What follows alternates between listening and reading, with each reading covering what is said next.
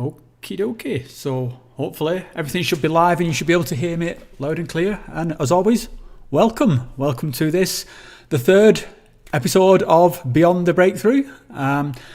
This is the kind of a live call-in conversation format, for want of a better word, where you guys can sort of join me and have a conversation by connecting to my Discord, and I'll just run through the sort of the details of how that happens. So basically, if you want to have a chat with me and be part of this stream and have your sort of the conversation broadcast out, you can do that by joining the Adeptus Psychonautica Discord server.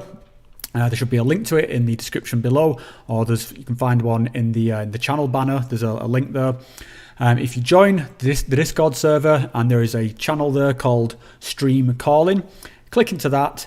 You've got a set of options where you can raise your hand, and if you've got something you want to say, maybe you want to some kind of insight from one of your own psychedelic experiences, or maybe something that in one of my videos that you want to discuss, or maybe it's something that you disagree with me about, or whatever it is you have to say, as long as it's related to psychedelics and we can have a civil sort of good faith conversation about it, then you're very welcome to sort of come and have your say as part, I want to share my platform with you guys, basically.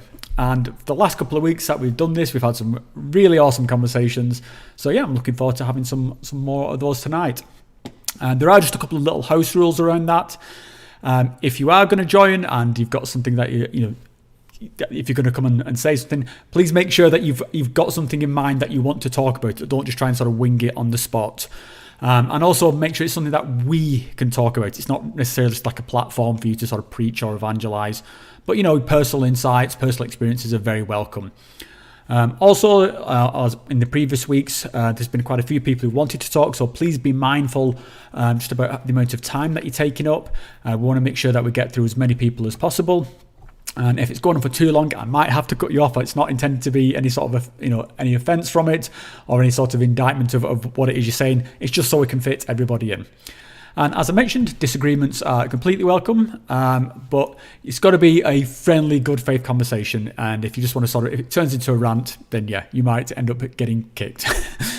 So that's how the Discord side of things work. Before we get into that, I just wanted to share a personal anecdote, because this week for me has been challenging. I'm going to say I've had a bit of a week from hell, and I'm not going to tell you this just because I want to sort of like have a bitch about it. I'm going to try and link it in to my own sort of psychedelic experiences, and in particular the stuff that I've been putting out there recently around the retreat I went to in Peru.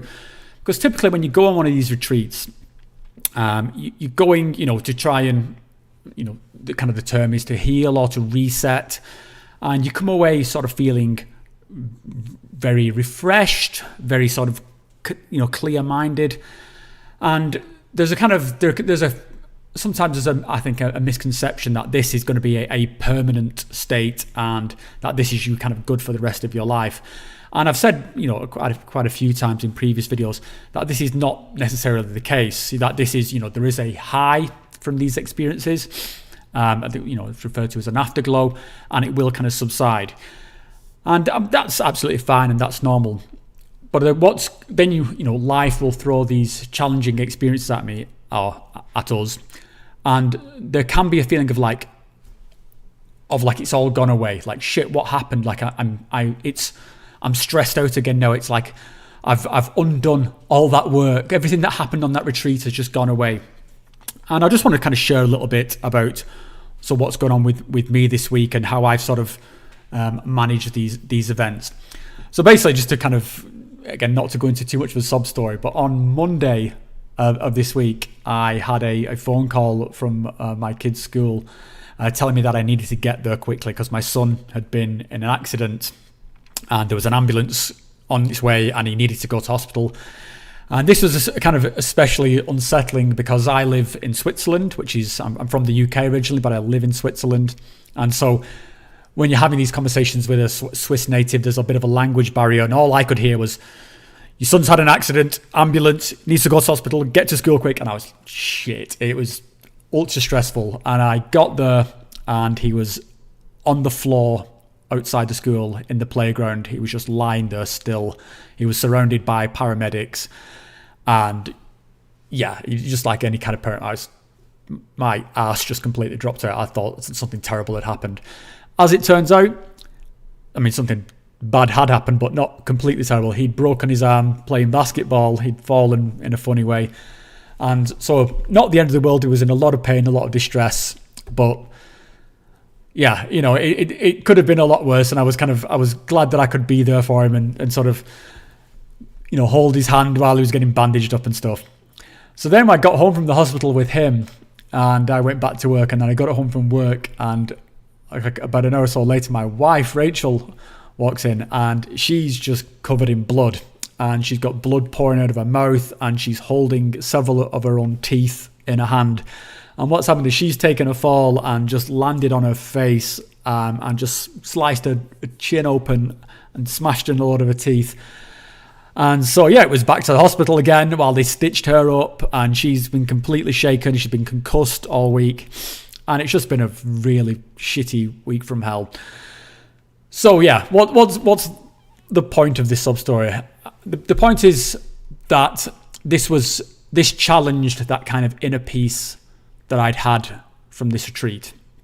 And of course it will, and life is going to keep throwing challenges at us. And I think I say that the purpose of these retreats is not to make your life just peachy forever. You're not going to spend the rest of your life in a permanent state of like Zen ultra calm. I think the purpose of these retreats is really they challenge you in their own way. As you know, I don't just want to single out retreats here, but psychedelic experiences challenge you in their own way, and they I think they give you a tool set for how to deal with these things. It's not that you're just going to be in some permanent Zen state of calm. It's how you can deal with things. And what I as I was sat there going through this quite stressful situation, I sort of cast my mind back to these more peaceful times. And I just remembered that, it's the same, although it felt so far away, these two worlds of the stress of your family being in pain, and the sort of the peaceful serenity of life at the side of the Amazon River. Although these are like complete opposite ends of the spectrum, you kind of remember this is the same world that we're on. I was stood on the same ground. This is the same sky that I was under. This is the same sun, in the sky. And by doing that, I could connect myself to that place and find that same, I could dial into that sense of peace and use it to kind of keep myself level-headed and deal with this situation. So I think that's the kind of the advice that I would put out there around these, is to kind of to use these experiences as reference points. Even when you're having like a very challenging, kind of a bad trip, but you get through it. So that's the thing with the bad trip, you always get through it. Or whether you have something where it's like an incredibly positive experience and you want to hold on to that, just practice being able to dial back to them and use these experiences as kind of snapshots in your current life. And that's what I kind of did. I sort of, when the shit was hitting the fan, I kind of dialed back to that sense of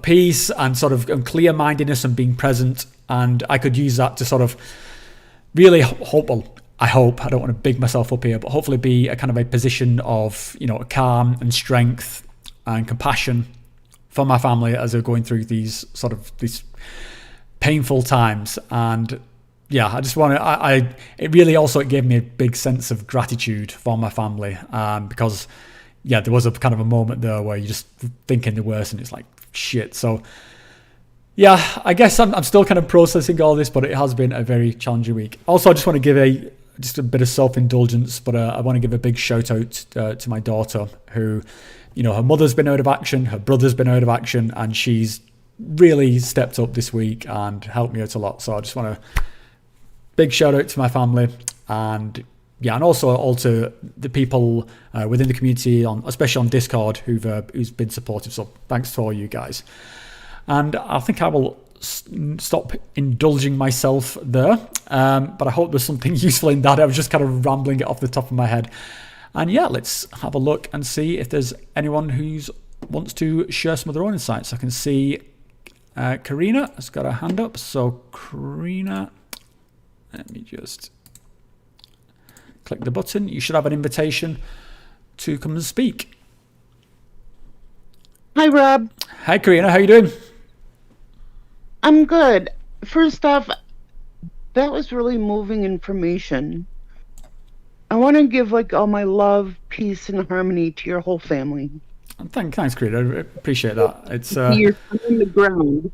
Yeah, and then to get home and see Rachel walking in with, oh my gosh. Yeah, will you give them all hugs? Yeah, give them all hugs from us. Yeah, I certainly will. Thanks. I mean, I'm sure that Rachel will be watching this back, so she'll appreciate the message. So thanks, Karina. Hi, Rachel. I love her. And then on a bad trip, I've been a psychonaut for over 40 years. Wow. And I had my first bad trip the other day. You only had the first bad trip the other day. That's very good. That's a good run of luck then. Do you want to? Isn't that something? Is it something you want to talk about? Do you want to? What happened? I just wanted to ask everybody. With the DMT, we can go see the machine elves and the entities. Mm-hmm. And we're familiar with that. We can talk about it. Are people familiar with the place? It's nowhere. I ended up in a place where I've done set and setting. I've mastered set and setting. Mm-hmm. My bedroom is gorgeous for this. And my whole bedroom fell away. Things just got really dark and I couldn't see the dresser or the walls. Mm-hmm. And I ended up in a place where there was literally nothing. There was no door, no window. Yep. And I couldn't figure out how I got there. And I didn't know where I was because there was nothing, no colors, I was nowhere. Yeah. And it was the most terrifying thing because I thought, am I just going to stay here till I die that I can't eat? I felt terror. Yeah, I think Does anybody know? Yeah, what you're describing is kind of, I would say, is what leads to ego death. It's this kind of this void where it's pretty much exactly as described. You don't know how you got there. You might not even be sure who you are, or you might feel you kind of your identity slipping away from you. You've got nothing you can anchor yourself to, so there's no sort of geography you can know which way is up. It's kind of, I mean, it's kind of as close to dying as it gets. And this is often where people talk around this kind of, it feels like there's a choice here where you either kind of fight it or you submit to it. And although it seems counterintuitive, the kind of the best thing to it is actually to, people talk about surrender to this experience, is really just to let go to it. Yeah, that's what I did. I'm really good at that, submitting. And I broke through many times, all the way through. So I'm pretty good with, just letting the psychedelic be the psychedelic. Mm-hmm. This was just so different. Yeah. It feels like it's gone wrong, doesn't it? I've been there myself, and when you say it's terrifying, I completely agree. Because it's one of my kind of scariest experience with DMT is exactly just as you describe. And I had a voice very distinctly in my ear say, "This is what it looks like when it goes wrong," and it was just nothing. It was broken. The experience was just broken. It was like, and I had the exact same reaction as you. Like, what do I do? No, there is just there's just no option. There's no option to do anything. It's you're kind of fucked. And then the only thing that kind of really changed anything was the experience and kind of moved on past it. But even just being in that for a split second, it can, first of all, that split second can seem like it goes on forever, and it's absolutely terrifying. Because it just feels like you're sort of in this void of nothingness. And nowhere.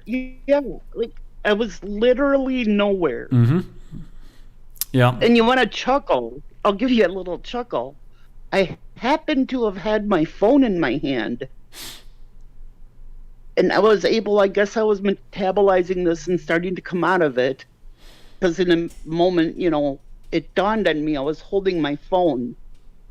I actually tried to call. We have 911, you guys have 999? Yeah. I tried to call for help and my phone wouldn't work. Can you imagine what if I had all the cops over here? Yeah, imagine if my phone had worked, Yeah, I always think it's a kind of a me personally. I'm not lecturing or anything, but I always think it's kind of a bad idea to have things like phones or anything which can become the focus of your attention during a trip, like sort of watching TV or something. Because I mean, again, this is just my kind of personal preference, but what I find is that I focus so much on that object then, whether it's a phone or a tablet or the TV, that I start like getting confused as to what is the experience like. Am I having the experience, or is the experience that I'm watching TV? Is the TV kind of feeding me this experience? And depending on how deep you go with it, that can get very confusing. You can really sort of like get lost between the identity of you having a sort of conscious experience and this thing putting thoughts into your head of this other device. And so I always try and keep like everything, even when it comes to music, I just put music on and then put my phone sort of away so that it's not something I can interact with anymore. That's interesting. Because once I moved out of my parents' house, when I was just a teenager, I have made a choice not to have TV in my life at all. It's a good choice. But I do remember, I don't have a TV. When I was much younger, my parents would leave that TV on so loud. Mm-hmm. And when you fell asleep, you could actually be a part of what you were hearing. Yeah, TVs are just such a dominant feature of like a household. It was the same when I was a kid. It was like the sound of the household wasn't the people, it was the TV. That's just such a weird kind of concept that it's not, it's not the sound of like kids running around and playing. In fact, my household was like super weird. We sort of like everybody just stayed in their own room. We very rarely interacted as a family when we were kids. Yeah. And so the kind of like you knew that people were home just by the sounds of televisions. It's maybe that's part of why I don't want that in my life. I think it's a good thing. Yeah. We very rarely watch TV in our house. Yeah, there's many reasons I don't want that in my house. But I do remember like dreaming I was in that television show while it was on the TV because it's going into your head. Mm-hmm. Yeah, they can I don't know. Bizarre. The other reason, one of the other reasons I sort of don't watch hardly any TV is just because I kind of came to realize just how much it was coloring my kind of view of the world, particularly in stuff like the news channels and stuff. And I'm not going to go into some sort of like this news is good and this news is bad. I think all news on TV I think is shite, absolute shite. And so I just kind of realized that just kind of how much it was infesting my brain and just how much happier I was once I kind of got rid of it. You see all these people going on about like Fox News and CNN and Breitbart and whatever. I was like, fuck it all. It's all equally bullshit. Like, get rid of it, and I'm much happier for it. Wow, I love you a little bit more than I did this morning. Thank you. That's great. So, that place of nothing, then that's kind of like real, like the Machine Elves? Well, I don't think... That wasn't individual. Well, it depends. I was thoroughly under the impression that I was going to have to stay there and die there. There was nothing. It was just muted, maybe gray or brown, and I was nowhere. Well, I mean, it's real, as in it is a place, a common place that exists within these experiences. Now, again, depending on whatever your belief system is upon how, where those places are, whether they're an internal place or whether they're some external place, I don't think that particularly matters. But it's certainly a common phenomenon that people go there. I mean, I've been there. Rachel's been there. And most of the psychonauts I've talked to will have go there at some point.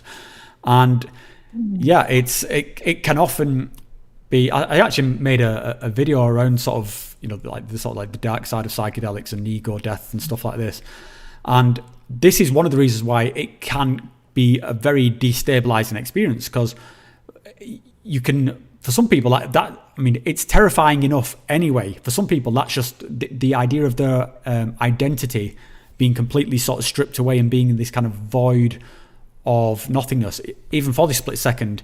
That shit can, you know, push you over the edge. And this is why I try and advocate for, like, yeah, psychedelics is not all necessarily you know, fun and games. You've got to sort of, there is kind of, you know, potential for serious kind of, you know, disruption here. And yeah, so but I mean, to answer your question, yeah, I mean, it's real. It happens. You know, it's if you go on forums, you see many people talk about the same kind of thing. All right, that's very comforting. Yeah, I was over it the same day. Like later on the same day, I was over it. But I mean, in that moment, I didn't know how I got there or how I could leave. I just thought that was a permanent state of, I'm going to have to die in this nothing. I'm just going to wait. I mean, how long does it wait till you starve to death? I'm just going to have to sit here and wait to die. Yeah, eternity is a long time. So I wanted to see if anyone knew about that. So thank goodness they do. I feel much better. Cool. And then with the deepest sincerity, will you please, you know, give your son a little hug from us and let Rachel know we're all rooting for her. And I personally am sending her good vibes and good juju. She'll definitely appreciate it. And I love the phrase good juju. She's adorable. I just love her to pieces. Yeah, so let her know that, you know, she'll be in my thoughts and my prayers this evening. Awesome. Thanks, Karina. You're welcome, Rob. Thanks. Bye-bye. Bye. Okay. So, oh yeah, there's something I meant to mention at the beginning. Before, if there's anybody else who wants to join as a speaker, just press the button to raise your hand on the Discord server. But there's something I meant to mention at the beginning, which I forgot because I was too busy rambling about my shitty week. But yeah, as part of this live stream, I'm going to give away one of these chrysanthoscope objects. Now, I don't know how much you guys know about these, but I've got a little side project of making I try and craft real world objects that recreate psychedelic experiences. And this was one of my first attempts at doing this, and I called it a chrysanthoscope. And what it is a kind of kaleidoscope. I call it a kaleidoscope. It's a different principle, but it's the nearest kind of analogy. Everyone's familiar with kaleidoscopes. What it does, I'll try and get this on the camera here, is it creates can I get it? It creates very sort of vivid, trippy, psychedelic patterns, which is kind of holographic effect. It's going to spaz out a little bit because of the green screen effect. And yeah, I've been making these now for about a year or two. And what you can do, you can sort of, when you trip in, you can look into it and move a torch around, and it creates these very patterns not too dissimilar to what's going on in the background actually here. And we call it a chrysanthoscope after the kind of famous Terence McKenna quote where he said that when you go into the DMT realm, you go through the stage of being in the real world, and then you kind of launch into this portal where you see this ever-evolving mandala appear. And that is very much like what appears within one of these objects. You see, when you look into it, you shine a torch around the outside here, and this kind of mandalic holographic object appears, and you can move around. It's very trippy. So yeah, and I've been making these for a couple of years now. I've got a website where I sell them. I'll put a link in the description below. But every so often, I like to give one away. So I'm going to do that as part of this live stream. And if you want to win one of these, all you need to do is on the YouTube stream, just put a comment, and let's think, what can we put in the comment? Just say, I want one. So just type, I want one in the comments. And then at the end of the stream, what I'll do is I will go through and I will pick completely at random one of the comments there, and then I will contact you. I'll reply to your comment, and we'll work out I'll send you an email address to contact me on, and we can get your shipping details. And I will send one of these to you completely for free. So good luck to anybody who wants to win a Chrysantoscope. And yeah, we'll find out who's won it. Well, it'll be after the end of this stream. Okie dokie. So, just on the topic of the kind of experiences that Karina was talking about. Just by the way, if anybody does want to join as a speaker, just in the Discord room, just press the button to raise your hand. We'll bring you up here. There's nobody at the moment, so I'll just carry on with my anecdote. So I spend quite a lot of time on Reddit. I've got to say, Reddit is one of my favorite social media platforms. Like it's all like the big platforms. You kind of, Facebook and Twitter and stuff like that. Reddit is definitely my sort of go-to home. I think Facebook and Twitter is kind of definitely veer a little bit towards being kind of like toxic shitholes. It's a lot of sort of argument stuff, but Reddit has always had a place in my heart. And in particular, the ayahuasca subreddits, because you get people there looking for advice on things like retreats and sort of tips on things like the diet, and then advice on when to get back from retreat. And there was a couple of posts this week I thought were pretty interesting, and they were both on a similar kind of topic. Let me just grab my notes there. The first one was around, do you ever, or the question was like, has anybody here any regrets about drinking ayahuasca? And the honest answer is here that yes. I mean, I know people who have had regrets around drinking ayahuasca, and it also ties into this another comment that I read in there where people were kind of talking about how when they went on a retreat, or I can't remember if it was them or their partner, and they drank ayahuasca and they came back, and basically it ended the relationship. And they kind of were, I think, upset about this, and were sort of kind of, saying, there's, is this common that when people, have these experiences that it can just completely upend their lives? And I always want to be honest about what is within, the potential within these experiences. Because the answer to both these questions, is it possible to regret drinking ayahuasca? And I appreciate I'm zeroing in on ayahuasca here, but this really could be any psychedelic. So is it possible to regret doing one of these things? And yeah, can it sort of change your life in a negative way? And the answer is absolutely. And the way that I phrased when I was talking to the person on Reddit was, I think when you go into something like an ayahuasca retreat or any psychedelic experience, have a real good think about what a life-changing experience looks like. Just think about the words life-changing. You are talking about completely changing your life. I mean, for I think for any of us who've had one of these experiences, then you can sort of recognize that you're not necessarily the same person anymore that you were before you did these things. They will change it will change your outlook. It might change your beliefs. It might change the way you view yourself. Now, often, and I think with the right mindset and the right sort of guidance, this is for in a positive direction. And this is certainly all the kind of the majority of what you will hear about psychedelics when you go on YouTube and you see stories about this. It's people talking about transformational experiences, and certainly I've put out my fair share of stuff like this where I say, wow, this really helped. It helped me overcome grief. It helped me overcome sadness. But the point is that there was something I wanted to change. I was ready to accept some major change in my life. And if I rewind like sort of 10 years or 15 years, a lot of the problems that I describe around things like grief, sadness, I didn't have, or at least I thought I didn't have, but it felt like I didn't have. I was a different person. I had, I don't want to get too hippie and zen, but people talk about like their eyes were closed. My eyes were closed as to what was going on with me, or what I had swept under the rug. And there is a the phrase ignorance is bliss really comes into play here.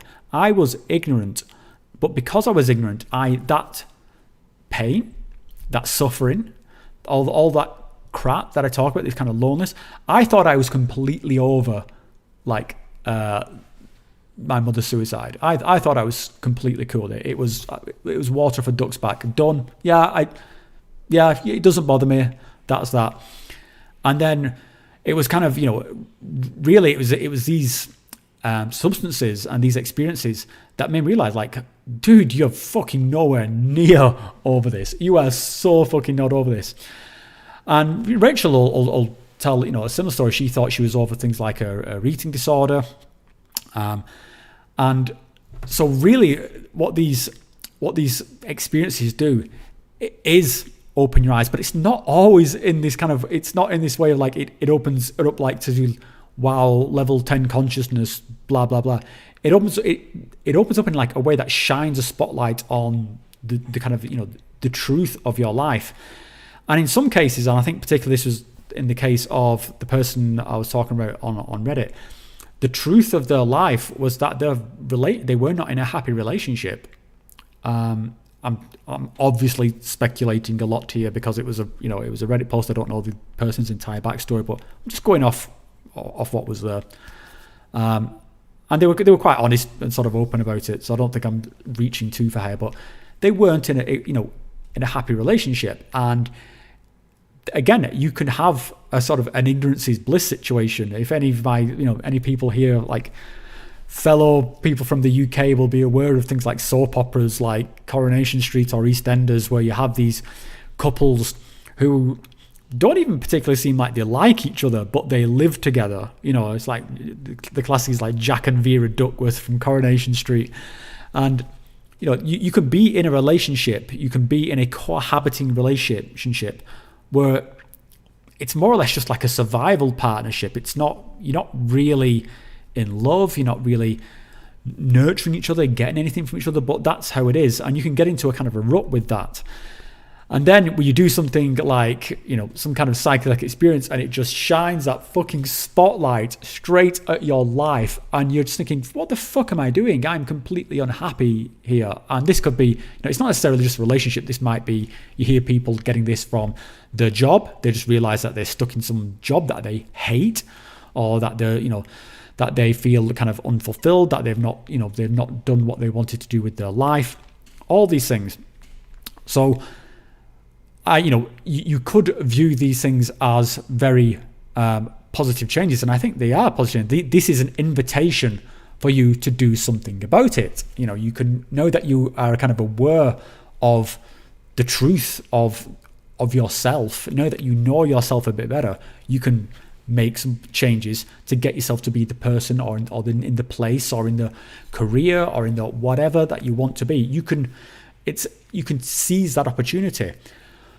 But if what you really wanted was just to have your old life and just to sort of, for nothing to change about you, for you just to feel sort of, awesome and just kind of stamp the psychedelic passport or whatever, then what you might find is that your world is going to come tumbling down because now you might realize that you're deeply unhappy, and the job that you thought you were okay with, actually you can't stand it, and you realize you're actually in an abusive relationship and you can't stand the person you're with, and you actually don't like yourself very much, and you're not necessarily in a place where you want to do the work to fix those things. So I've seen people have those kind of realizations and come to deeply regret doing these things because they were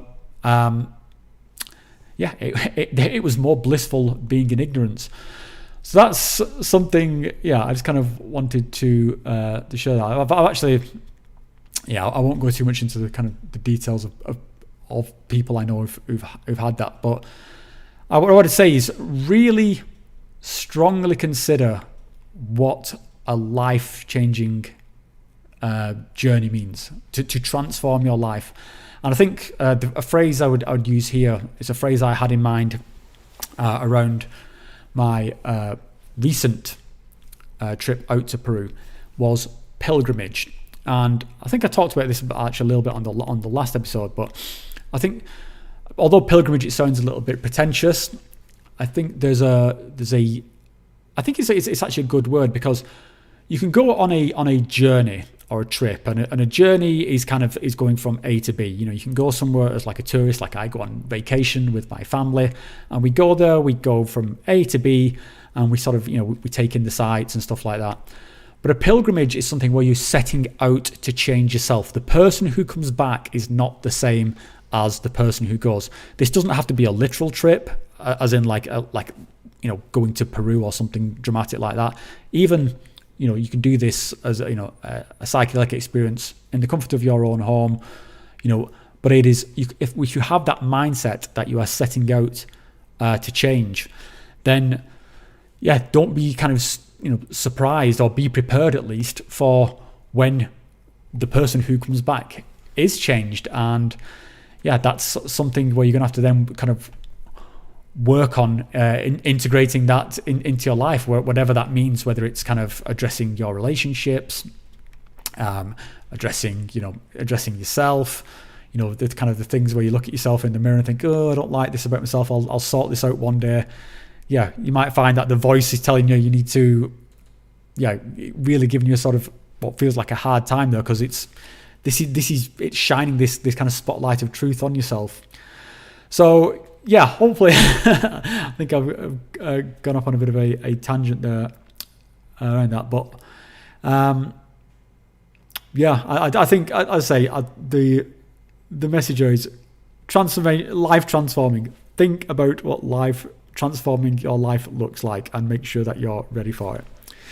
Okay, so let's go and just looking back to think. I see there's not anybody with their hand up. I don't know if anybody wants to join in, but I'll just check on the comments on YouTube.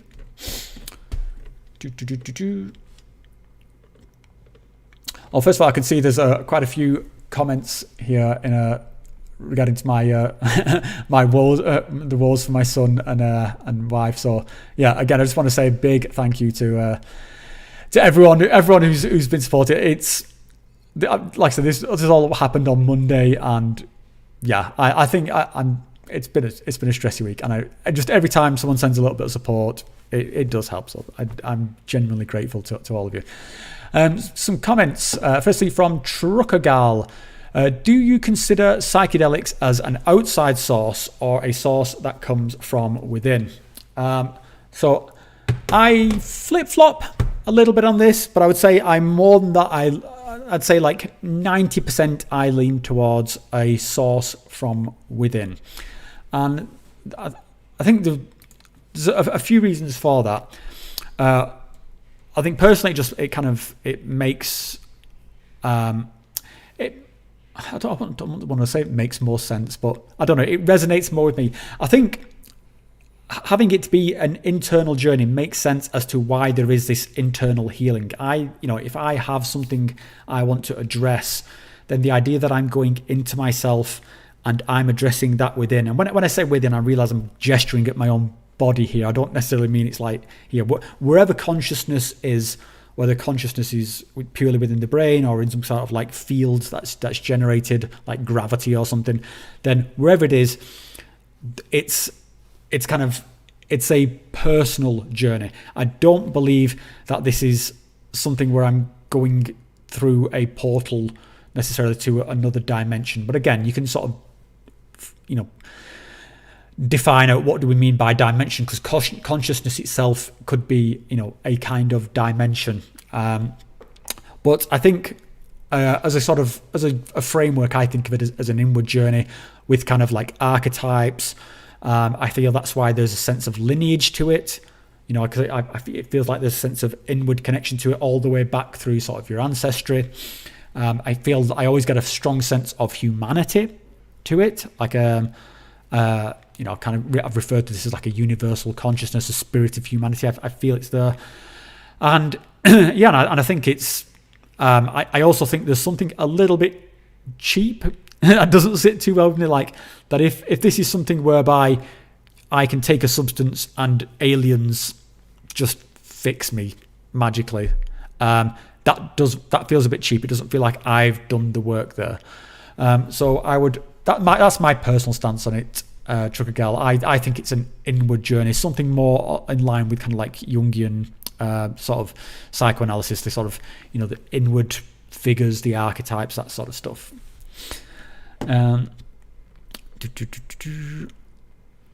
I see that someone's got their hand up, so it's Baby. I will send you the invitation, and if you just click on the button, you should be able to come up and speak. Hi, Rob. Hello. So first of all, I wanted to thank you for your content. Oh, you're welcome, mate. Yeah, I find it very helpful, very rational. I enjoy it quite a bit. I'm very glad you do, mate. It's I think it's one of the it's like one of the greatest compliments I think for any content creator is that anybody just watches their stuff and finds something from it. So I appreciate you saying so, mate. Yeah, and I found your content about maybe a year ago. Started following you on YouTube, and I noticed the series you done about the retreat you've been to. Mm-hmm. And so I took myself down to Peru, Arcana, last month, and I spent 2 weeks there. How'd you find it? Was it amazing? I had an amazing time. It was everything. It was bliss, serenity, and also the most horrible experiences possible. It was like the whole spectrum. I would say it's about 50-50 between the euphoric trips and the bad ones, or I don't know if you can describe them exactly as bad, but challenging is the word I would always use. It's because so these things can push you to limits you didn't know were kind of possible. And I think this is why I single out ayahuasca, because it's challenging in the mental sense, but then you've also got all this physical stuff going on as well.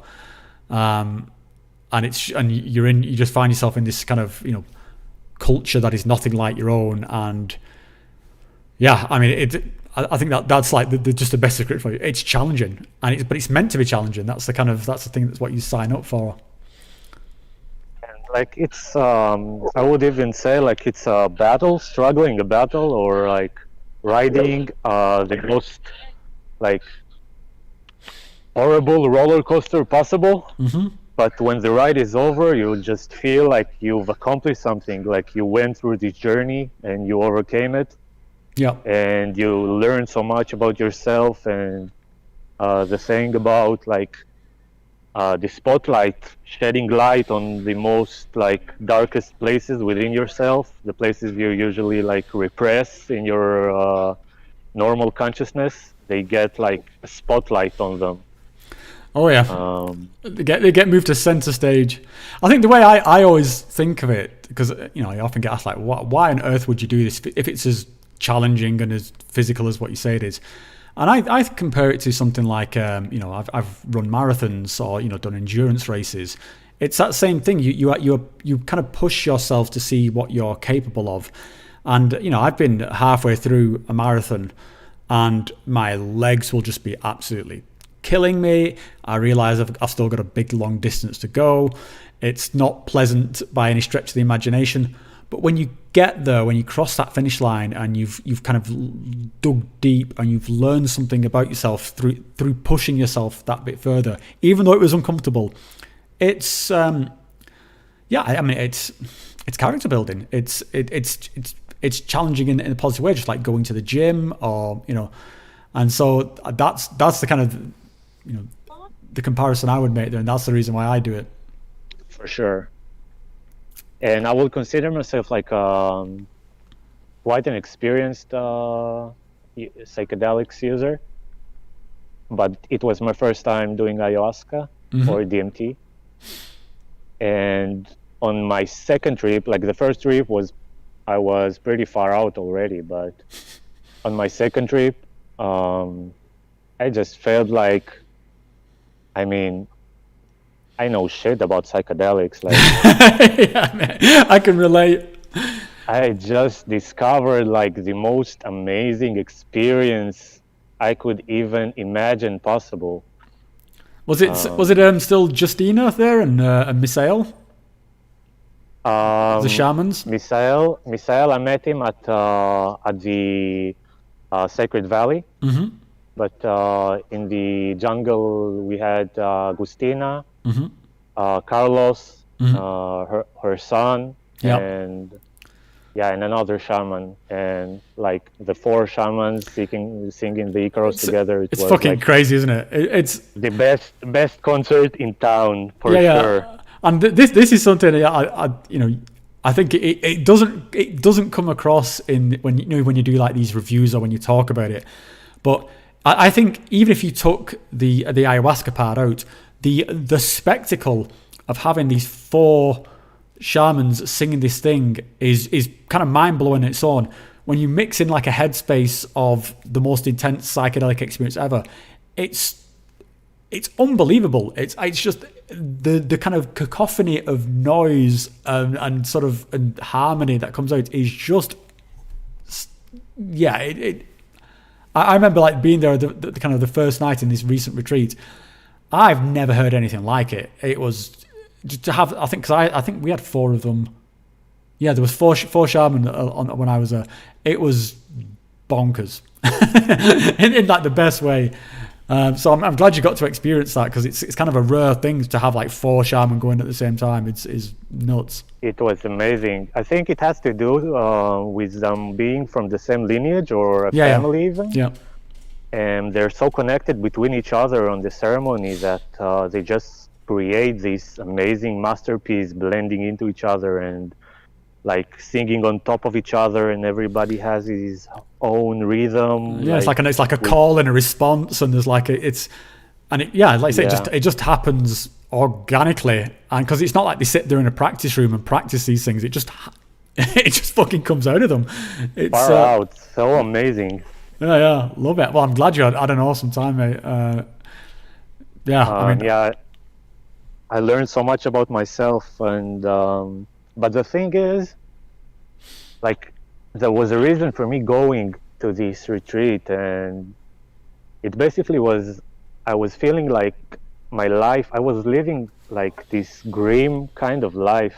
I work as a software developer, so particularly in this time of Corona, I felt like there wasn't any much living going on in my life recently. Like, I did the same routine every day, like after work hours, or just like numbing myself in front of TV or some like other like meaningless stuff. And now coming back to my life after this experience, in the first few days, I felt like I'm just seeing everything with different view, like different eyes. And I'm kind of worried of me getting used to this life again, and like thinking back into my old habits. And I don't know, I was wondering if you have any like suggestions. Sure, mate, sure, yeah. I mean, this is kind of a little bit what I was talking around at the beginning when I was kind of reciting my woes, because there's two ways this can sort of feel like it's pulling you down. One is kind of complacency, whereby you have this amazing experience, you think, okay, this is me, I'm good, I'm sort of good forever now, life's just going to be awesome, and then you gradually get a bit complacent and start slipping back into your bad habits, whatever those bad habits might be, whether it's kind of watching too much TV, drinking too much alcohol, eating too much chocolate. You find yourself, and then soon, you get to a point of like 6 months later, and you're like, oh, back at square one again. Shit, I wasted that opportunity. I wasted that that work I did on myself. And then the other kind of ways is like what I've described, what I'm kind of dealing with this week is that something happens, some shit hits the fan, and it's like, fuck, and you immediately go back to your old comfortable routines. This might be whether you reach for a drink, or you just want to like, blank out your mind with, video games or TV or whatever it is, and so something's basically knocked you off the wagon. And the work, and I think that they probably gave this speech at Icana before you left, is that you really need to sort of build in positive habits that will stop you from falling back to. So, address things like, is the relationships that I have that are sort of nurturing these kind of negative aspects of myself. So like, do I need to perhaps meet my friends somewhere else instead of constantly meeting them in a bar? Like, does every social outing have to involve alcohol? Does is my default for when I get home from work, is my default just sitting in front of the TV? Like, do I need to find some kind of new, you need to put things in your life that are going to take you in a sort of in a positive way. And it can be hard work, so it's like, okay, I'm not going to just automatically get home from work, turn on the PlayStation and piss away 4 hours playing video games. Instead, I'm going to, and then you've got your laundry list of things that you want to do, like, learn a musical instrument. I'm going to phone my family. I'll phone a different family member each night. I'm going to go for a walk. I'm going to plant some seeds. I'm going to paint something. All these things, and they seem so trivial and so fucking like so simple, but they're not. Like, it's you have to sort of make yourself do these things, and you'll find like super sort of reward in them. One of the things I often do around retreats is that I kind of, when I'm sat there on these retreats and they're giving you this speech and you're like, oh yeah, I'm going to change everything about myself. I'm going to be like a fucking Superman, and realistically you're not. Realistically, a lot of these, like I said, the high will come down. But if you can change 10% of your life, if you can make your life 10% better, 10% is fucking huge. 5% is huge. Just any change, any step that is progress. One step in the right direction is better than where you were. So don't beat yourself up over not accomplishing your impossible list of all these things. But just if you can just get one thing right. And that's what I try and do, is that each time I come back on another retreat, I'll come back with the thing I've sort of learned about. So one thing what I did was, these things I'm talking about, these objects that I made, I thought, okay, I'm going to start, instead of playing video games, I'm going to start making stuff. I'm going to start crafting stuff. And so this was one of my things to stop me from sitting in front of the TV. I'm going to learn a musical instrument, and so like I'll when I go back to it, I'll be able to play the drums. I'll be able to play like tribal drums, and it'll be something I can share.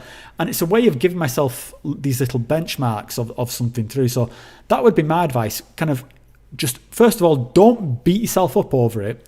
Like, don't set yourself impossible tasks like that that's going to make you feel like shit. Find stuff that you're going to enjoy, and then just try and incorporate them into your life. And again, just remember that you only need a little bit of progress to make progress. Any progress is progress. This is like something I talk about with Rachel and her eating disorder. It's particularly when you've got something like that where you're unhappy about your weight or something like that, whichever way it is, whether it's too much weight or not enough weight in Rachel's case, you want it to be fixed tomorrow, right? Yeah, she wants to wake up tomorrow and it's all going to fix, but realistically that's not going to happen. But if you can gain 1 gram a day, or if you can gain like 1 kilo every 3 months, then by the end of the year you've made like a lot of progress. You're better than you were. And that's all you need to do. You just need to keep taking baby steps forward and put things in your life that will facilitate that. And recognize when there's things in your life that aren't facilitating that. Recognize when you are just switching your brain off. And don't get me wrong, there's nothing wrong with switching your brain off. I sort of treat myself on like Saturdays to like, okay, I'm going to have like a lazy day today, and that's fine. But don't make it your just default for life. So hopefully there's something in there, mate. That's useful. Yeah, definitely. Those are some great advices. Baby steps and gradual progress. And recognize that progress as well, and congratulate yourself for it. I think just the fact that you did this thing, that you went, you took this big step to improve yourself, that is a signal to yourself, and give yourself credit for that. And now just sort of don't see it as a sword over your head. See it as an invitation to sort of continue that work. That that was the first step. What's next? What can I do next? And it all needs to be a little thing, mate. So just remember to give yourself credit, pat yourself on the back, and just baby steps forward. Sounds good. Nice, man. It was great talking to you. Likewise, dude. Likewise. Glad I raised my hand. Yeah, it also speaks to you, and I'll just say good luck with your integration. And yeah, mate, if there's any sort of tips or anything like that, just feel free to message me here on Discord. We can have a chat about it. Cool, man. All right, mate. Thanks again for the content, man. Keep it up. Cheers, mate. It's my pleasure. Okay. So let's see. We've got Jimmy from Philly. Let's bring you up. Invite to speak. Are you there, Jimmy? How you doing? I'm doing all right, Jimmy. How are you? I'm doing excellent, man. Good. I'm glad to hear it, mate. So, I've been doing 200 to 400 micrograms of LSD for the last 2.5 years every Saturday night. Oh, wow. Okay. Yeah. That would be heavy use, I guess. But I don't know that. I know a lot of people say that it teaches them something about themselves, and I don't know that I would say that, but two things I can definitely say.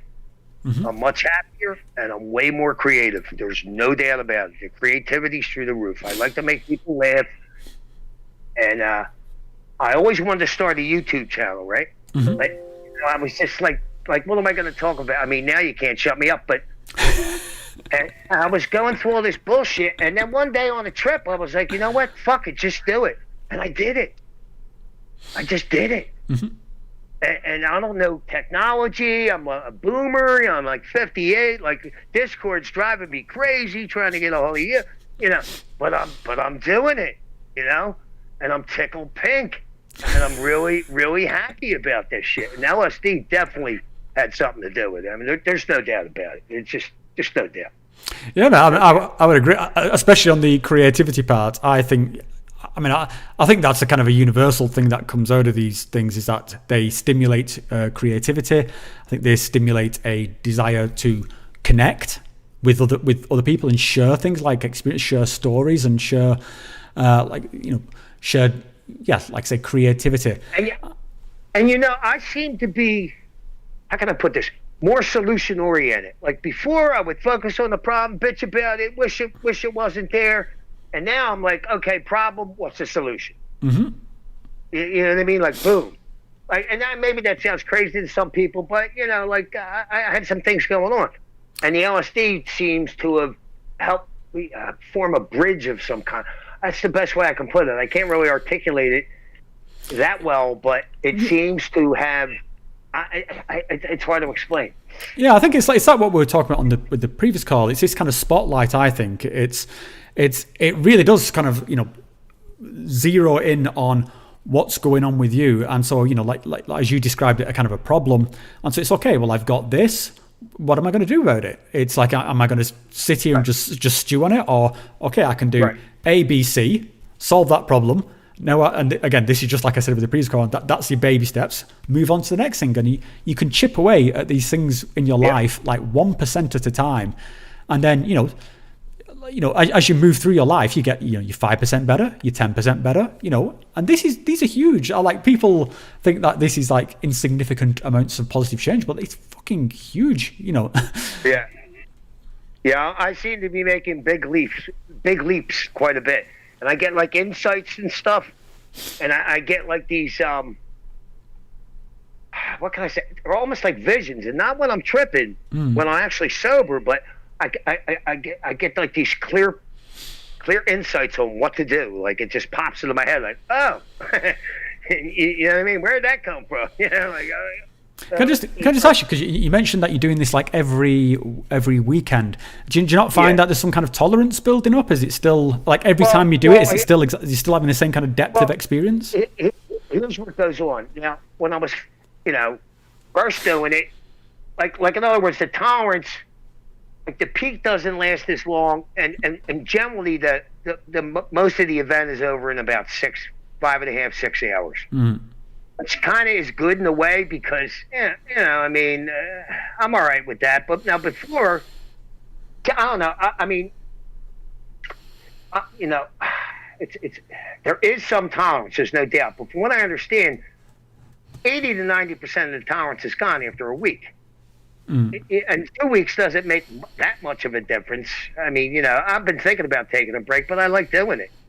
You know what I mean? Like, I just trip every weekend. But now listen to this, right? So I do 5 hits of this fantastic paper, right? And I know the come up is going to be massive, right? I've never done this kind of dose, right? So I'm laying in bed, and then I come to, and it's fractalization, 50 of everything superimposed. I'm like, what the hell happened? Here I fell asleep on the come up, right? Mm-hmm. And I look at the clock, and there's like 50 clocks, but I deduced it was like 4 hours before. And how I found my cigarettes, I couldn't tell you, right? Not up a cigarette, right? And I get this like cartoon-like vision in my head. And there's like these 3 smoking hot women, right? And they're the LSD police, right? And they're after me because I'm tripping, right? And there's like a smoking hot black chick, a smoking hot white girl, and there's a smoking hot Arabian girl. Yeah, I don't know. It's my delusion. Why she's Arabian, I couldn't tell you. But they have this James Bond-like van, right? And they have this device that can not only find me, but it could possibly kill me, right? So my heart starts hurting, right? And I think they're getting closer. Really, I'm having a panic attack, right? And I'm like writhing on the floor. And it's suddenly, the first time I bought acid in the 70s from this hippie, he said, listen, kid, if you ever have a bad trip, just keep telling yourself, it's only the acid. It's only the acid. So I'm on the ground, and how I remembered this, I couldn't tell you, right? So I'm on the ground, and I'm like Dorothy, there's no place like home. I'm like, it's only the acid. And it goes away, and I'm thinking they must have missed me, right? I mean, it was the funniest thing, you know what I mean? But it was great, man. It was great. And then it came back. But they came back, in my mind, they came back. But it was about half of the intensity. And I still don't consider that a bad trip because the rest of it was pretty cool. I mean, it sounds awesome, mate, to be honest. Yeah, I mean, it was, I went through some pain, and I think you were talking about that with the last caller. I went through some pain, but it was some funny shit. And then I go to my doctor, right? I had an appointment around 1 o'clock, and I tell her what happened. She said, I thought you said LSD helps you. I said, I did too much. I mean, I did a little too much. I did, but yeah, it was great. It was awesome. I mean, it was just, I mean, I had a really good time with that. I'll never forget that experience, but I really didn't like the panic attacks. I never had experienced that before. I thought I was going to die. And then, you know what I did? I found my inhaler. Right? And I started huffing that. And it got worse, and I told the doctor. She started laughing at me. She said, "Oh, it's only going to make it worse." So yeah, because it's kind of like a stimulant, isn't it? Inhalers, they're it's like an amphetamine. Yeah, exactly. Yeah. So can I just ask you, Jimmy? Awesome. Do you do any sort of any kind of like integration work on these things? Like, do you just treat them as a kind of an isolated experience, or do you sort of think about pretty much. I mean, I don't do any, like, I've heard people talk about meditation, stuff like that. I have literally, like, I was in AA years ago, and I used to meditate for like an hour, and I've literally experienced LSD-like experiences for short periods of time. But, like, everything was clearer. You could hear the birds. The colors popped. It was like, just from like an hour of focused meditation. It was, the strangest thing, and it reminded me. My mind went right to, like LSD. Yeah, but I've never done anything. Wow, does that help you? No, I was just curious because as I was listening to your story there about the sort of the different women, the sort of different women of different cultures, my brain was just ticking away, and I would be. The association I was making there was like, this is something around sort of lineage and ancestry, something about, how all these different cultures are present within sort of, within your vision. I think it says something around the kind of the connectedness. And I just wondered if that was, if that was something you put time to. It's not intended to be like, oh, you should do this, but it's just, I always kind of like putting the story around these experiences of like, not just the experience itself of how awesome they were or how frightening or whatever, but then as a way of like, well, what did that mean to me? How do I think that relates to me? And so yeah, I was just plucking at some of the threads which I think are interesting. The one thing I forgot to tell you, right? All three of these chicks were dressed in like these black leather type bodysuits, and they're almost like dressed like futuristic police. That was the that it was like a cartoon going in my head, and I actually I thought this was real, like I was in a trip, you know what I mean? Like I never experienced anything like that tripping. And they were dressed down to the nines, smoking hot, all three of them, smoking hot women, and they never said anything, but they weren't coming after me for my body. They were coming after me because I was tripping. They're going to do good cop, bad cop on you, Jimmy. I don't know what they were going to do, but I was scared to death. I mean, they're getting closer because my heart's hurting. Really, it's a panic attack. But I'm all caught up in this trip. But I thought it was fantastic. But I'm afraid to do that kind of heroic. For me, that was a heroic dose. I guess that's what you would call it. Yeah. But I'm kind of afraid to do that again because of the panic. I should probably have an emergency Valium around or two in case that happens. Well, I think like heroic doses. Trip? Yeah, it's not something to do. The trip? Sorry, go ahead, Jimmy. No, does a benzo dumb down the trip? I've heard it does. Some said it doesn't. Yeah, I mean, I've got a video that I keep meaning to put out on this topic around trip killers. But since you asked the question, yeah, benzos. Well, first of all, let me say I do not recommend that anybody takes benzos. I think they've got their own kind of problems around them. But if the question is, does a benzo bring you out of a psychedelic experience? Yeah, it absolutely does. I've done it. It's. So I would say you should reserve them for absolute emergency situations. I think probably what you're talking about with a panic attack would qualify for that. Right. But yeah, the speed at which they snap you out of it is startling, to be honest. Really? It's fucking crazy that you can be. Yeah, I wouldn't want that, Well, I mean, it's kind of it tends to be in a good way because usually at the point where you kind of pull that trigger, you kind of like. Like I say, it's in case of emergency, smash glass, get me the fuck out of here. Now let me say this to you. Last year I was smoking a lot of meth, right? And when I was up for the third or fourth night, the hallucinations were so vivid and so. I mean, it was just unbelievable.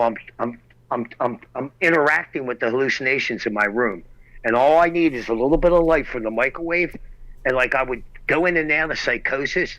Like think people were under the bed crying. It was really crazy. And I stopped doing it because the last time I did it, the psychosis didn't go away for a week. So every time I walk somewhere, I'm like, you know what I mean? Like it was just bad. And I thought, what if this doesn't go away? So thankfully I stopped doing it. But see, the hallucinations is, I'm not doing it for the high. I'm doing it to get to that sleep deprived point where the hallucinations are just fantastic, like mythical creatures crawling over me, and none of it scared me. I mean, I enjoyed it, but the psychosis. Oh my God, man. I'd say that's a bad. I think to keep yourself awake like that's probably not going to be doing. Talk about suffering. Talk about suffering to get to a point. That was suffering. I mean, that was a little tough. Yeah, it was a little tough. And the first time I smoked DMT, right? I didn't know, but I had 2 beers before, had a pretty good experience and vomited like you wouldn't believe, and then had like these feelings of suicide and this and that. But I snapped out in about 15 minutes, right? So the next time I did, I made sure I wasn't drinking, and I had a great experience. And I wouldn't call it a breakthrough, but I did see like a person, like a stick figure coming at me from the ceiling, and then it just dissipated. And then the closed eye visuals for a good 15 minutes continued, like weird, you close your eyes and then I saw this Viking with a battle axe come running at me, and I got my eyes look up and whoa. Yeah. It's, Okay. yeah, I like that shit. I like the I'm just gonna say I would, just for the sake of the audience, I don't think it's a good idea to sort of combine a lot of these substances. So I'm not preaching at you, Jimmy, but yeah. No. You're absolutely right. I mean, I'm telling you, I got myself out of it because good work, of that mate. last Good negative work. experience. It's not worth the suffering wasn't worth the end result. Yeah. Yeah, it just wasn't. And then the hallucinations started to turn on me and shit. It was really weird. You know what I mean? Yeah. Like, it gave me some fantastic comedy stories. Let me tell you. But well, I'll tell you what, Jimmy. it just wasn't worth it. I'm gonna have to move on to another call, mate. But you mentioned Sure, you mentioned you've videoed some of the stuff and got your own YouTube channel. Please do post a link, in the comments so people can find your channel. Because I've got to say, mate, I've found this. I'd love to hear more of your stories. You've got a very entertaining way of delivering them. So thank you, and I enjoyed thoroughly talking to you. It's fine. About time I talked to somebody that's got some experience with LSD. Likewise, Jimmy. All right, mate. All right. Take care. Okay, so I'm going to move on to, we've got Faith Gamer up next.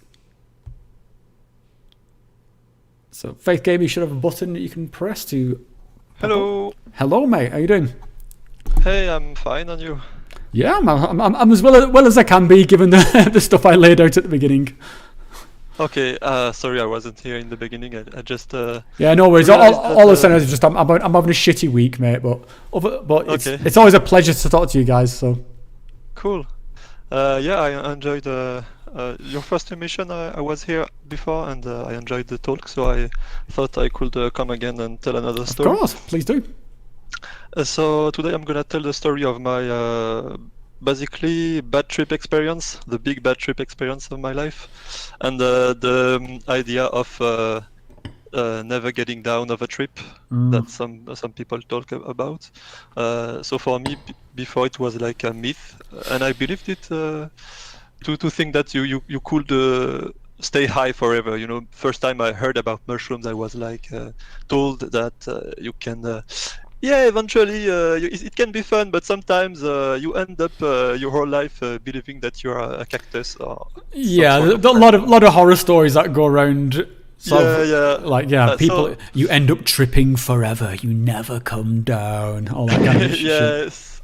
So I wanted to debunk a little bit the story, but also confirm it in some ways, because I myself took a very, very bad trip.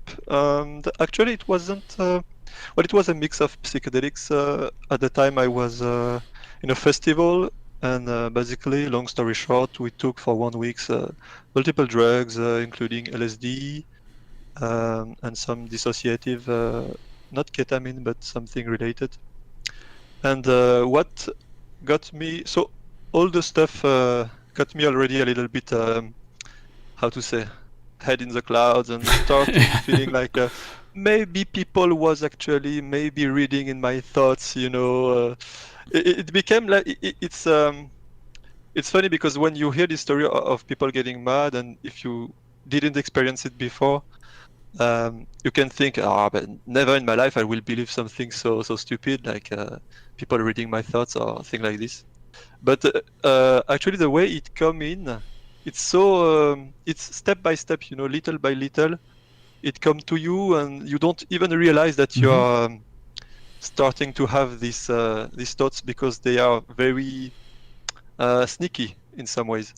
And so I start having this loss of boundary between myself and the others, which come basically by the thinking that maybe people can read my thoughts, and it's part true. Well, it's not true in the sense of people can't say what I am thinking right now, of course, but it's the the true side of this is that I felt so vulnerable, and I realized also that there is so much communication going on beyond the verbal world. Yeah. So I felt like really people could read me. So that feeling was somehow true, somehow not, but it led me to think that people was reading my thoughts, which is actually false. And I think if we can just sort of pick on that part there, I think I think the kind of the key word there, which I think you mentioned, is this boundary dissolving, because as kind of human beings we have. It's not just the words that come out of our mouth. It's the gestures. It's what we read in each other, and it's the kind of the way that we model all that together into understanding how the person that we're dealing with and what their intentions are.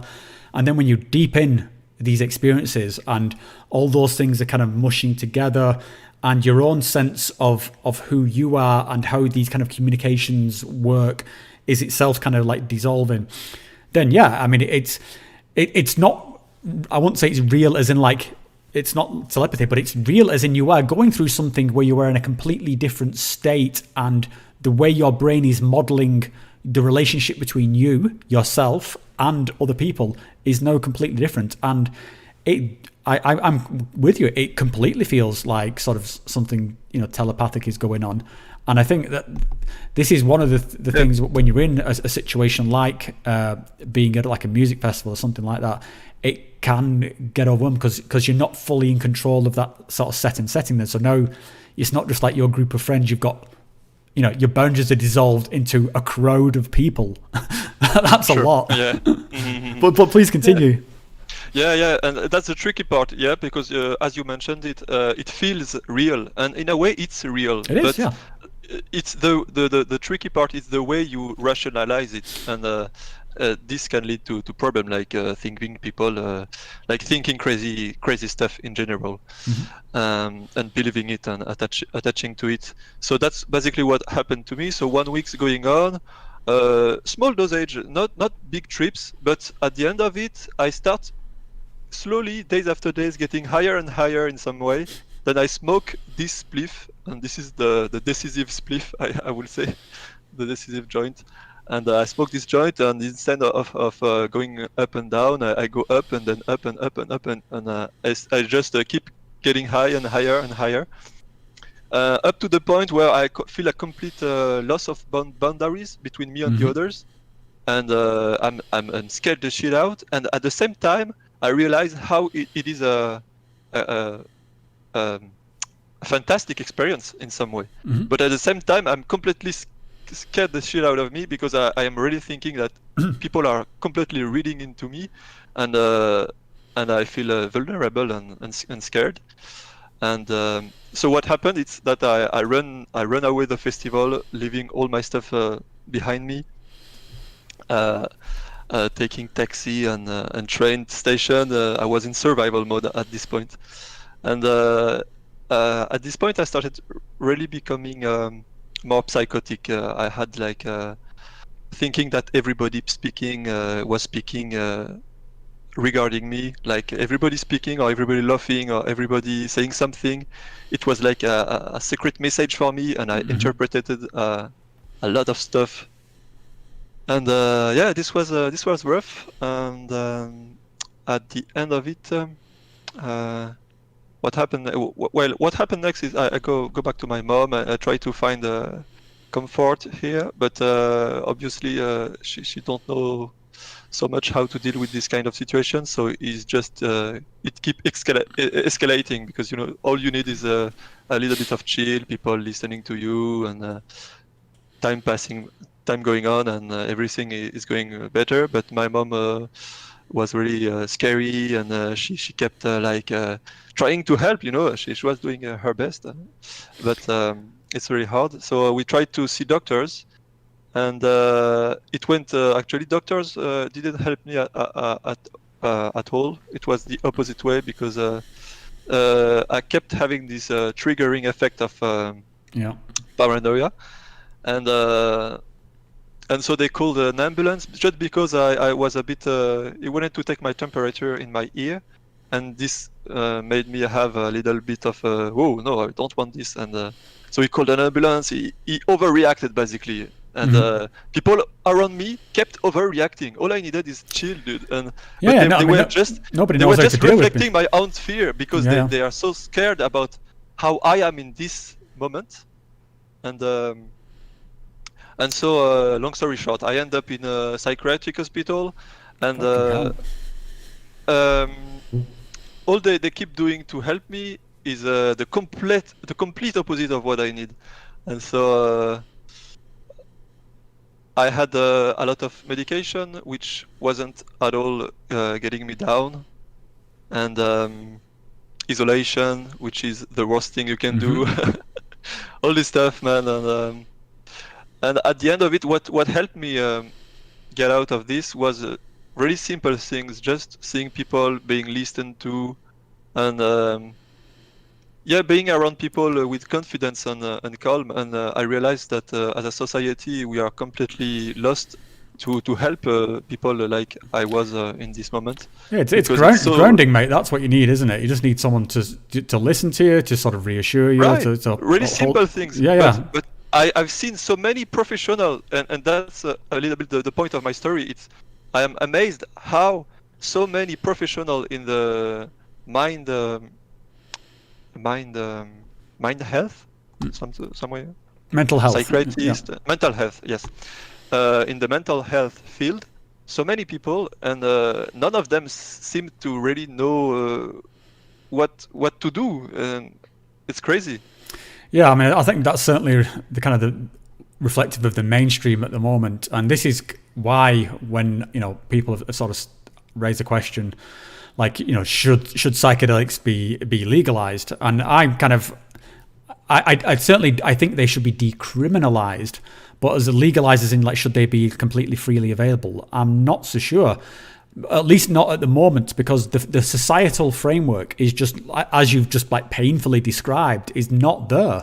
Like, that's a good point. It's there is going to have to be some major changes in things like the health system in general, the mental health system, society itself, for being able to react to someone. I mean, there's going to be a lot of collateral damage if these things just become sort of completely mainstream and just available anywhere. So I'm actually quite wary, and this is, I know, I realize I keep beating this drum about sort of, like retreats and the kind of these retreat settings, but they do give you this kind of framework for these things to happen. And pretty much everything you've described in terms of the boundary dissolution and the sort of, the power of the experience you go through, this is, I can relate to it. I've been through these kind of, these experiences myself, but I was within a framework where that was allowed to happen, and where people were there to sort of coach me through it, and also just coach me into a positive thing. So instead of like, shit, my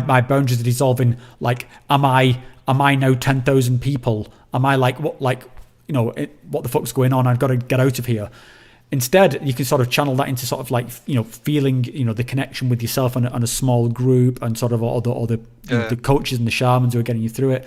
It doesn't necessarily have to be like these traditional settings. I'm not saying anything like that, but I think the idea of there being a framework, whatever your chosen framework is to get you through it.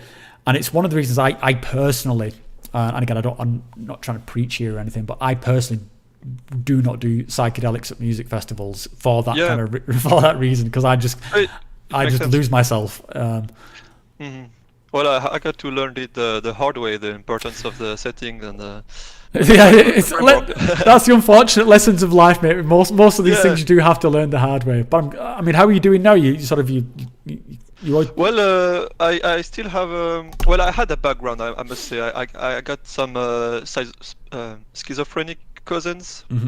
And so I had a background, so I don't needed a lot of dosage to get me there. And I felt, that I could just have let go and accept and be vulnerable. And I was in a really chill festival, and it would have been really cool. But I felt this at this precise.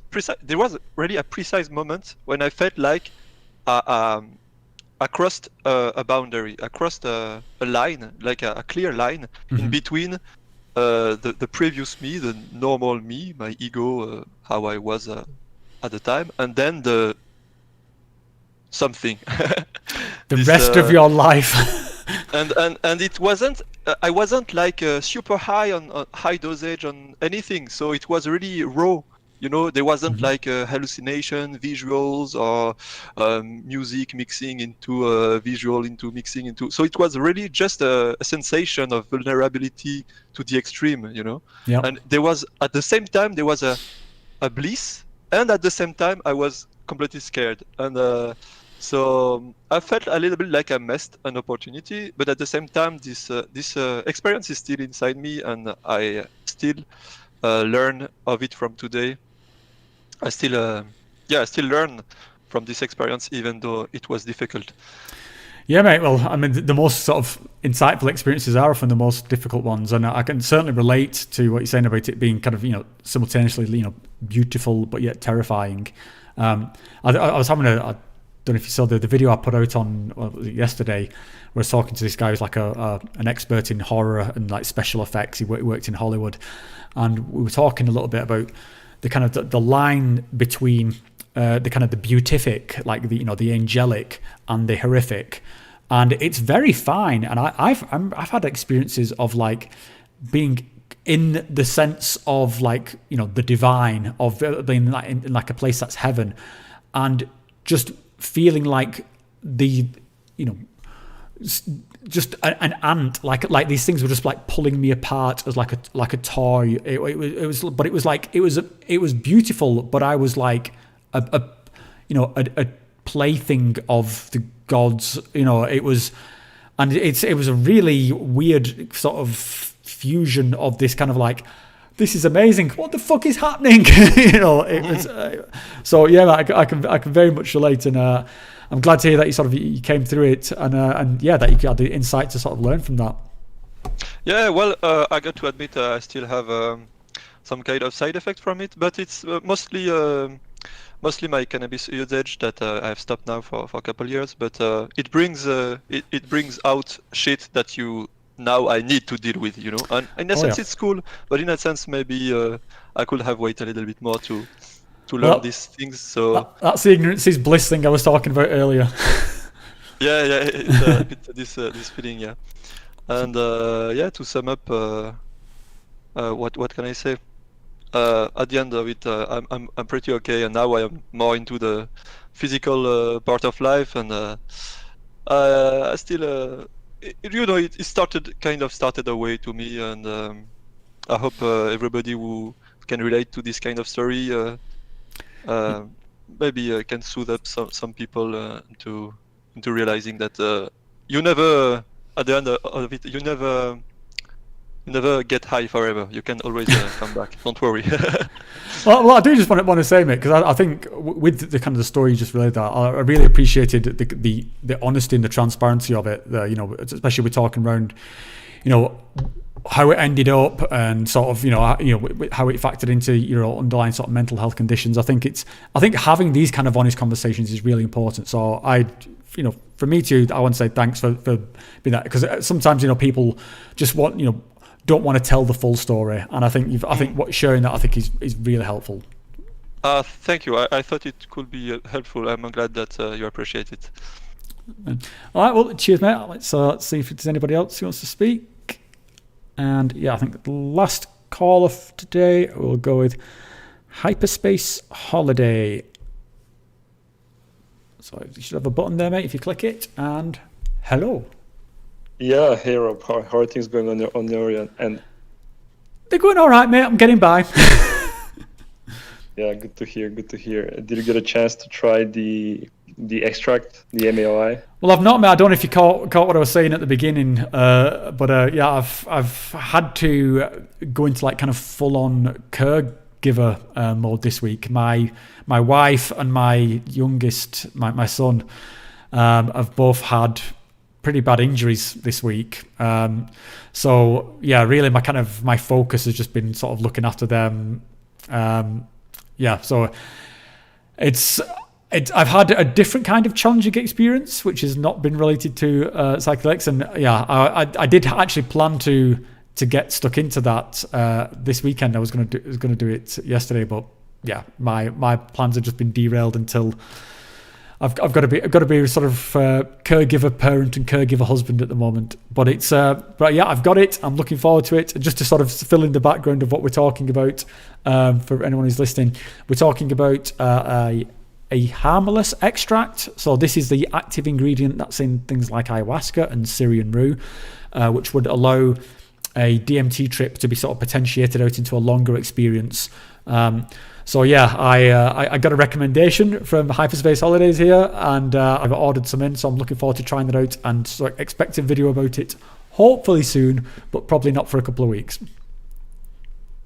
Oh, I can't wait. I really want to hear your opinion about this. Yeah, man, I'm really looking forward to it. I'm interested to see just how close it is to the sort of the ayahuasca experience. For me, like DMT and ayahuasca are quite different. Ayahuasca is always very organic, and DMT is always very sci-fi. So I'm kind of is the only difference the kind of like the harmless effect, the MAOI effect. So I'm interested to see how that plays out. So yeah, looking forward to it. Yeah, I would appreciate if you include this in your video, the comparison between the ayahuasca and the DMT, because I haven't tried ayahuasca myself. And it would be interesting, to hear your viewpoint. Yeah, probably for sure, man. Probably the closest I've come to ayahuasca is this same extract that I recommended to you, taken with tea from chacruna leaves. I don't know if you've heard about that. Yeah, for sure. In fact, the chacruna leaf is over there somewhere in the logo. Yeah. So yeah, and obviously that's what they put in ayahuasca. But I did, what I refer to as like farm ayahuasca, whereby I took a Syrian rue as an MAOI and then took freebase DMT in a capsule. And I found that experience to be different to ayahuasca. It was, don't get me wrong, it was trippy as fucking hell, and it was like a really awesome experience. But it was qualitatively different. And again, this could be like the setting, because it's obviously from doing ayahuasca somewhere in the jungle with shamans. It's going to be different to doing something in my bedroom. But it did feel different. So yeah, I'll be interested to see if this pans out the same and which way it's closer to. Yeah, so this I tried the other way around. You had the DMT extract and the natural MAOI. Mm-hmm. I did an extract for the MAOI and then the natural chacruna leaf. Mm-hmm. I boiled like a lot of leaves to get the effect. How many leaves do you have to boil for that? I don't know. I was trying to get. You usually it gets sold by a kilogram, and that's what I got. And I don't really got it to work. Like it didn't get me to that place that DMT takes, like the super colorful, the super bright visuals. It was always on a background, with kind of neon lights, which I'm guessing is what ayahuasca is closer to. But maybe you can say more about this. Yeah, no, I don't find so. So when I did the farm ayahuasca thing, that is pretty much like you described, very neon. It was just kind of the kind of geometric shapes, very bright, much closer to the sort of the DMT experience. Much more like kind of like the stuff, what's going on in the background here and on my logo. It's this very bright experience. With ayahuasca, it's, God, I don't know, it's right, because it is bright, and it is, you can tell it's DMT-esque, but there's this kind of organic, earthy to it. It's very I'd just be going into kind of like poetry words. It's kind of fuck knows. It's got its own quality to it that feels much more grounded in nature. You feel much closer to nature and to the earth and to kind of like your humanity, whereas DMT I find is very out there, very sci-fi. It's like these huge concepts. And that was what I got with the farm ayahuasca, because when I took this DMT capsule, it was cosmic. It was out there. It was like neon. It was bright. It was sci-fi. It was like, something from the future, like some kind of Blade Runner-esque future. Whereas, my experiences with ayahuasca have always been very natural feeling, and I think that's the main distinction. But again, that can be completely down just to the places that I did them and the kind of the mindset that I was in. I see. Fascinating stuff. But have you ever had your whole world, whenever you're with open eyes and you're seeing, I don't know, something completely different? Because usually people report that they start seeing those realistic visuals when you have your eyes closed, and then when you open it, it just kind of overlaps with the actual reality. Have you ever experienced this open-eyed visuals where your reality doesn't exist? Yeah, 100%. And I think the most sort of, or let me put it another way. That's what I think happened. I think I had my eyes. I was at a point, because sometimes when you take some kind of substance, whether you take sort of, LSD or mushrooms or something, and you can be there with your eyes closed and you have an experience, and it's like, whoa, it's getting a bit intense. I'm going to open my eyes for a bit. And it's like, and that kind of mellows things out, and you can modulate the experience by either having your eyes open or your eyes closed and grounding yourself a little bit. A few of the times, particularly when I've done ayahuasca or sort of, doses of DMT, get to a point where it doesn't matter anymore. It's like the experience it's not happening in your eyes no more than it's happening in your fingertips or your ears. It's happening over there somewhere. Your conscious experience is there. So your eyes being open, your mouth being open, your touching, things, all the usual sensory experiences cease to matter. You are, for the sake of this experience, over there. It's like a new thing has come on, and so I think you get to this point where the word visuals completely stops making sense. It's not visual, it's visionary at that point. And you can, in a sense, you can be seeing the room, but the room is kind of like, stuff is that room is overlaid with your sense of taste, touch, sense, smell, everything, hearing, but the actual experience you're going through is not visual, and you can't escape it. I mean, this is the kind of the classic of all your senses are blended together at this point. You are like one thing experiencing everything. There's no there's no time out. I'm going to open my eyes. It's just happening. It's happening whether your eyes are open or closed, and it's happening in such a vivid way that the idea of it being visual just becomes nonsense. It's conscious. It is happening in pure consciousness, whether your eyes are open or closed or not. And the one really springs to mind where I thought like, shit, I am not in Kansas anymore, was one time when I was drinking ayahuasca, and I was experiencing multiple timelines, multiple versions of these events. In one version, I was me, kind of, I was throwing up and all this stuff. In another version, I was watching me. I could see myself as clearly as I can see this monitor in front of me. I could see myself being sick. In another version, I was off traversing the universe. In another version, I was, and you could keep stacking these things on. I had a bit like, an almost like a multiverse of experiences all going on at the same time. So when you get to something like that, again, it's nothing to do with your eyes at that point. It's like remembering something in real time. It's a dream that's just being written into, directly into your brain. This is like the true psychedelic experience in my mind. I think when I see something where it's just happening in front of my eyes and it's trippy and I can close my eyes and open my eyes, that's just trippy. That's me having a trip. An actual, like, this full psychedelic breakthrough, that's when it doesn't matter what you're doing. It wouldn't have mattered if somebody was jumping up and down on my stomach at that point. It wouldn't have made a difference. So yeah, it's a bit of a long-winded answer, but there is a point where eyes don't make a difference. Yeah, absolutely. And this is the thing that I guess many people, it's really hard to get across to people this level of experience.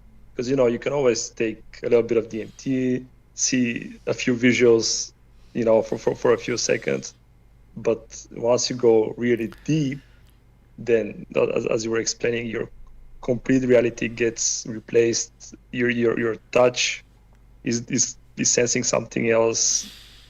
The visionary part, as you were mentioning, your feelings and everything. And when somebody asks, well, how real does it feel?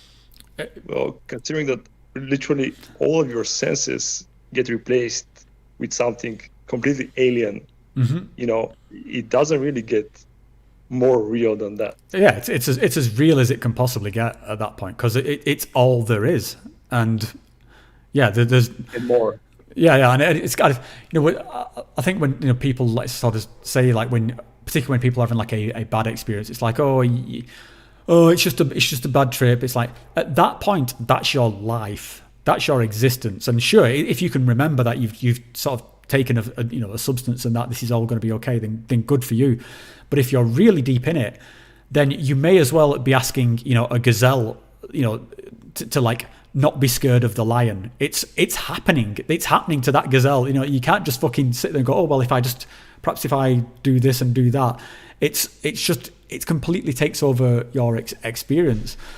So yeah, I mean, there's kind of the pluses and minuses of those things, that you can have these incredibly deep experiences of visiting other worlds and having just purely amazing stuff, but it can also, as I mentioned, some of the calls tonight, be incredibly destabilizing, and you've just make sure that you're ready for it, and that or best prepared as best you can before you sort of take that plunge. Hey, absolutely. I think the slow build-up is the only way to go about those type of things, because even when you've had many experiences, you really don't know what you're getting yourself into the next time you do it. Yeah, well, it's always different. I mean, and that's kind of part of the novelty to it as well. I think the possible experiences you can have are almost boundless here. Even in all my 30 years now of experimenting with psychedelics, I am constantly surprised by what goes on in this place. It never gets old. So yeah, I think there's always something new there to discover. Yeah, absolutely. Like Terence McKenna was saying, that on a 20-minute trip you can see more art than was ever produced in for sure. Yeah, all right. It's getting pretty late, I guess. We can call it a day for well, it's always great to talk to you, and thanks for sharing your stories. Oh, no problem. Let's keep in touch. Talk to you in the next one. All right, dude. Ciao. Okay, so I think that's us, everyone who's looking to speak from the Discord thing. I'll just have a quick scan through the comments, see if there's any questions I can quickly answer. Minty was asking, anyone tell me what I missed about Rachel? Yeah, mate, she's my son broke his arm on Monday, and Rachel fell over and sliced her face open and smashed a few teeth out. So yeah, it's been a stressful week, but she's okay. So let's have a look. I can see lots of people saying I want one. So yeah, last call for that. If you want to be entered into the raffle to win one of these chrysanthoscopes, then just type in a comment saying I want one, and I will pick one at random. I'll do it after the stream's ending, because I'll give people a bit of a chance to add something in. Some people confirming that Twitter is a dumpster fire. Yep. Let's see. How is ayahuasca retreat in Spain doing during the current health situation? The place I normally go to, this is from Force Majeure, the place I normally go to, which is Ayahuasca Spirit, is still not doing retreats in Spain. There are a couple of places doing retreats in Spain, but not ones that I've been to myself, so I couldn't say whether they're good ones or not. But yeah, I think if you're looking to go on retreat, I would recommend going on a website called Aya Advisor. It's a bit like TripAdvisor for ayahuasca, or retreat. Oh, I forgot what it's called. But Aya Advisor, a good one. You can type in a location, it will show you all the retreats that are available, and then you can sort of read reviews and stuff like that. So check that out. There's a few places in Spain.